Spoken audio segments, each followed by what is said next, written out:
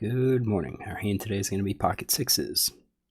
And right off the bat, as I worked out these ranges, don't like how I played it. So here's the action. Goes 4 limpers. I think the only player that's really of concern is this player. Playing 24-6, I have quite a few hands on him, 218. He's in early position, his raise first in 7%. I would expect him to raise his premium hands, but he does limp, so I kind of put together a range that looks something like this. It is about 10%. You've got your lower pocket pairs, you've got some suited connectors, suited gappers, some suited broadways, you've got your suited aces, excluding like the big ones. I think this is probably a good range for that player. This player's playing 34-4, this player's playing 38-1, this player's playing 44-19.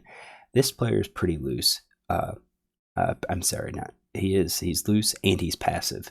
So I don't really expect him to raise a whole lot. I think if he raises, he's raising like aces and kings. That's about it. But and then this player is going to be raising much more. I've got him as orange, so more like, and you can see this. Called hijack, raise first in from button with king 7 diamonds, flip it. He's gonna play a lot of hands, a lot of suited hands, but I think he's also going to be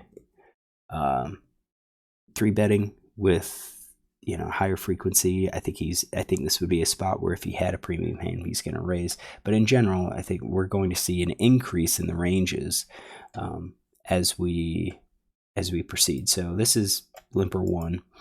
I have this as limper 2. Something, I excluded about 2.3%. I'd assume most players raise with jacks plus ace queen.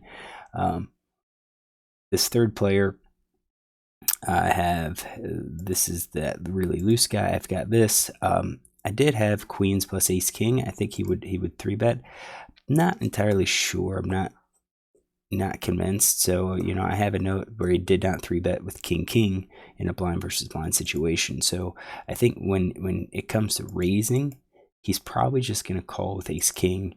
And then like when it comes to aces and kings, I'm going to say something like this. Maybe 60% of the time he has kings or aces when he just calls. Actually, I'm going to lower that. Let's say 40% of the time he has aces and kings. Get us a little bit better. The button, I think, is going to have a wider raising range. Right now I have 16 hands on him, but I think this is 16 hands over 3 years. Or I'm sorry, over the last 3 months. So if I haven't played with him much in the past 3 months, then his stats don't reflect that. But I do have him colored. We have quite a few notes on him. This is more than the 16 hands that this represents. So I kind of give him this. I assume versus these limpers, he'd be 10 plus ace jack, maybe ace king. We've got your suited kings. I think he's going to have suited queens. I think he has some of these offsuit and so forth. And then it's on me. And I think I did the unthinkable. I just called, limped behind. I don't think this is a spot to limp. We've got too many loose players. I did look at it as saying we've got one guy that's short. If I raise, maybe we go all in, pre-flop versus this guy. Sixes, it's going to be a coin flip at that point. But I think we could have done that. And I think we should have done that. I think we should have raised it up to 8 or 9. I don't think we want to really take sixes multi-way. Because even if we flop trips, the board's going to bring a lot of draws, and especially with these loose players, they're going to connect in some way. At least somebody's going to connect in some way. So I don't like my call. I would say, and it's this situation. My mind is probably thinking I'm limping all of the, or I'm calling with these, looking to hit flop sets, but I think that was mistake number 1. And then villain 6. Just checks behind. He's playing 39-4. So this is any 2 cards minus what I'm going to give these, which I assume would be more of a raising range. So family pot comes down king 7-6, 2 diamonds, and we flopped our bottom set. So now it's on us. I think this is a spot where we can consider betting. Obviously, diamonds are going to be calling, open-enders are going to be calling. We do have to play cautiously, so there's a lot of cards that are going to come out that could be scary, especially against players that play a lot of cards. So any 2, 3, 4, no, not 2, 3, 4, 5, 8, 9, 10, diamond. So there's a lot of cards. I don't think we want to build the pot. I think we want to try to keep it small because of the number of cards that could come out that would actually be bad for us. So any diamonds, any 10, 9, 8, 5, 4, 3. So 6 ranks and all of the diamonds. So I think we should, instead of betting, and I don't think we would have any sort of betting range here. I think the board's just too connected. I think we check to see what develops and then play accordingly. If we get something like a bet and call, then maybe we could put in a monster, check raise and really narrow down the field. I think that works better than leading, because honestly, what am I going to lead? Even if I lead 6, this isn't too big. This is a 10 NL game, so 60 cents. I think it's not scary enough. I think you're gonna get a lot of light calls. So I'm thinking we are looking to check call top pair plus. I don't think we call with these middle pairs, any of these lower pairs. I think flush draws, we probably check call. Open-enders, we probably check call. I don't think we check call the gut shots. I don't think we check call anything like that. So I think that's going to be our check call. So let's see what I do. I do check. That's good. Villain 6 checks. I'm going to say he's probably going to be checking the same thing. I would expect bets to come more in the latter half in a family pot like this. So I think they're all, even if they have trips or 2 pair, I guess we could do that. We can exclude things. So this player probably, I think, would bet a set. He started it. Probably even 2 pair. So we'll get everything else in his range. This player, he's more passive. Let's do sets and 2 pair. That's what he would be betting. Let's get everything else here. All right, this is a really passive guy. He is not going to be betting any of those. So as far as I'm concerned, he has 100% of his range still. All right, I've seen this guy play. I remember his stats. I don't really remember his name, but I remember his stats. He is passive. He is hesitant.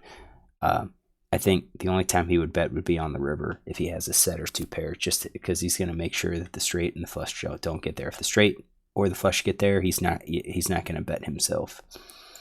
So he did check, and then villains 5 bets, and that's a weak bet. So that looks almost like a. I know I should bet, but I don't know what to bet. So I'm saying something like that. We'll get rid of the no-made hands. It doesn't make sense for him to bluff. He is aggressive. That's why I have the orange on there. So maybe we give him everything.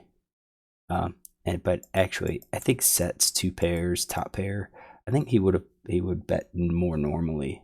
Instead of betting 1, I think he's betting, 3 or 4 big blinds.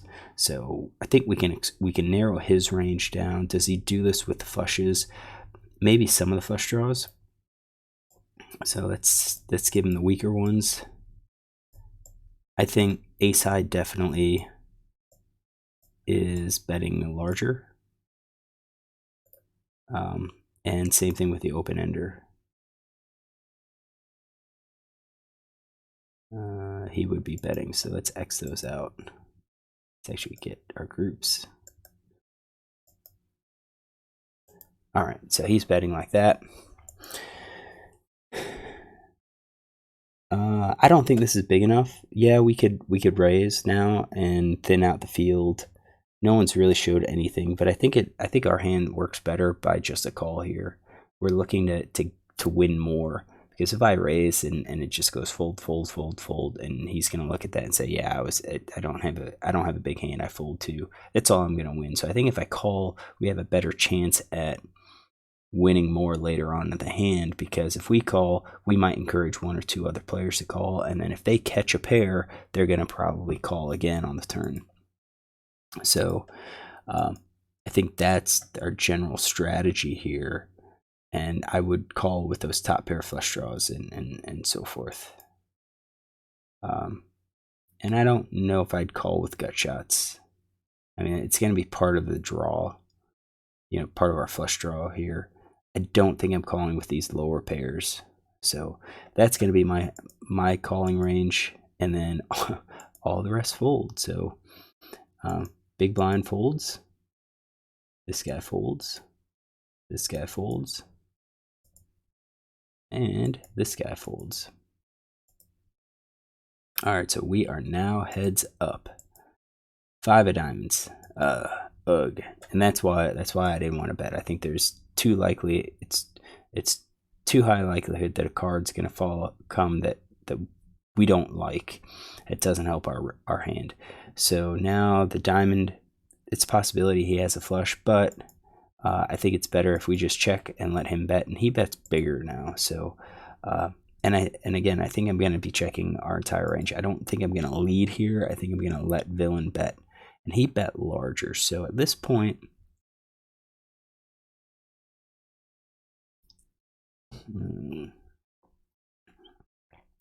why would he do that? I think he could still have the flush draws. He could have a made straight.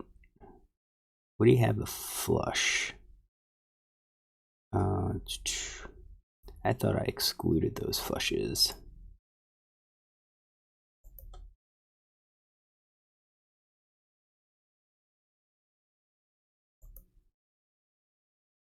Oh, yeah, because I had the no made hand. I think we're going to have to do this.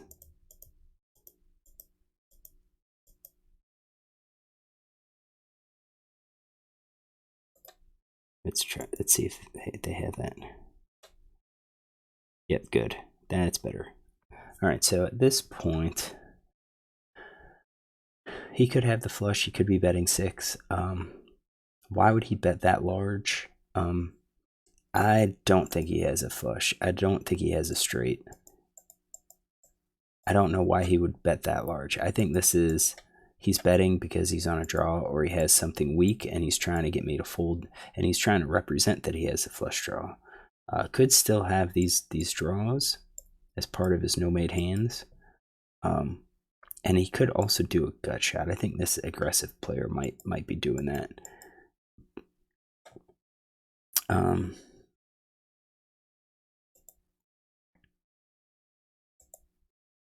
Nothing too strong.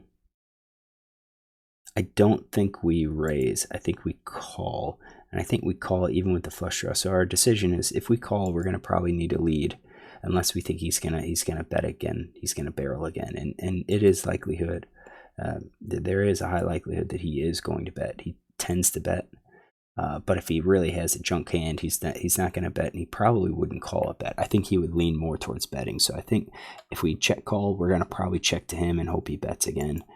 Well, I actually expect him to bet again. So I don't mind the check. And then the jack of clubs, I don't really want to bet here, because I want to give him a chance to bluff at it again. But I think because we're playing it this way, we do have to call. We do have to check call. And I think our check call is going to be, we're turning basically our top pair into a bluff catcher here. So check, and he checks behind. So at that point, once he checks behind, I don't think he has 2 pair. I think he's got something, nothing weak, ace high and whatever. So we see he shows ace 3. So he did have, he had that nut flush draw, but I think that made sense. I don't think, in many ways, if he had a flush, made flush, this player might actually bet the pot or larger, or bet smaller. That 6 just didn't, it's just kind of like an in between. Like he doesn't know what to do with it, so that kind of makes sense that he was on a draw. He was trying to get me to fold. So the hand won the hand, but I didn't like that limp. I should have raised pre-flop, or could have just folded. It worked out for me this time, but it's the chance of flopping trips is 1 out of 11 or so. Not that great. So unfortunately on this hand, I'll say I got lucky, but I'll take lucky. So hopefully you enjoy this hand. If you do, look tomorrow for another hand.